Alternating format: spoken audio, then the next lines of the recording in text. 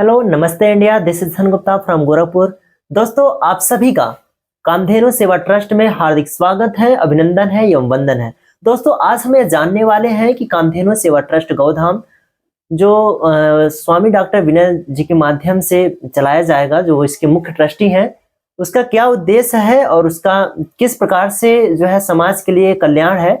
आइए हम सब इस वीडियो के अंतर्गत स्वामी डॉक्टर विनय जी के माध्यम से जानेंगे कि कामधेनु सेवा ट्रस्ट गौधाम का क्या उद्देश्य है और क्या पर्पज है। आइए हम सब उनसे जानते हैं।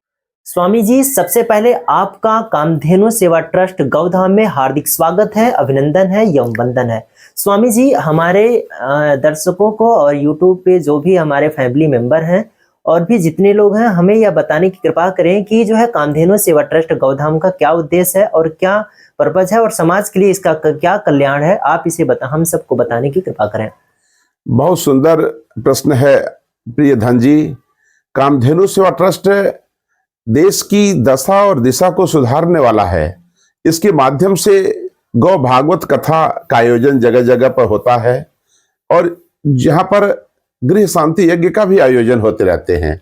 कामधेनु सेवा ट्रस्ट के माध्यम से जो गौ भागवत कथा होती है, वह गौ भागवत कथा हमें स्वास्थ्य, पर्यावरण, कृषि और चरित्र की रक्षा करती। हमारी जो गौ माता है, गौ माता का जो पंचगव्य है, यानी उनका गोमूत्र, गोबर, उनका घी, उनका दूध, उनका दही, आज पूरा समाज उससे अनभिज्ञ होता चला जा रहा है।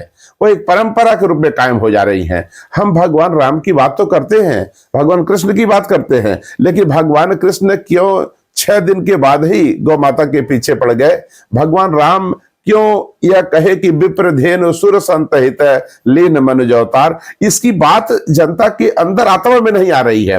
हम जय श्री राम तो कहते हैं, लेकिन राम के आदर्श क्या हैं, इसे हम भूलते चले जा रहे हैं। तो हमारा जो कामधेनु सेवा ट्रस्ट है, यह गौ भागवत के कथा के माध्यम से राम के आदर्शों को, भगवान कृष्ण के आदर्शों को, और इसके अलावा जो हमारे देश में स्वतंत्रता के लिए हमारे जो क्रांतिकारी थे, हमारे जो महामानव थे, जो देश के लिए अपना सब कुछ न्यौछावर कर दिए, हंसते हंसते फांसी के तख्ते पर झूल गए, उनका भी कुछ सोच रहा होगा। और शायद जहां तक मैं सोचता हूं, उनका सोच यही था कि हमारा जो राम राज्य की स्थापना कब होगी, हमारा कब वह दिन आएगा जो हमारे देश का आम किसान खुशहाल होगा। भगवान राम का वो दृष्टांत जब चित्रकूट पहुंचते हैं तो भरत से भगवान राम यही कहते हैं, हे भरत, ये बताओ कि आपके अयोध्या में जो कृषक हैं, जो गौपालक हैं, जो गौ माता है, एक खुशहाल है ना?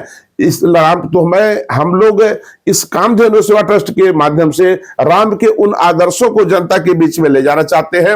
और हम इस बात को दृढ़ संकल्प है, जैसा कि हमारे वेद में लिखा कि गौमय बसते लक्ष्मी, गाय के गोबर में लक्ष्मी का वास होता है। तो जिस दिन कामधेनु सेवा ट्रस्ट के द्वारा जो गौ भागवत कथा हो रही है, इसे भारत की जनता समझ लेगी, उसी दिन भारत परम वैभव को प्राप्त हो जाएगा।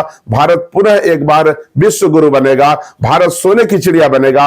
और जिस दिन इस गौ टेक्नोलॉजी को ये जनता जान जाएगी, सरकार इसको लागू करेगी, उसी दिन हमारा जो नौजवान है, जो पढ़ाई करके बाहर निकलेगा तो नौकरी दोनों हाथ फैलाकर उसका इंतजार करती रहेगी। हम पूर्ण रूप से, हमारा पर्यावरण शुद्ध हो जाएगा, हमारी कृषि उन्नतशील होगी, हमारे अंदर चरित्र का विकास होगा।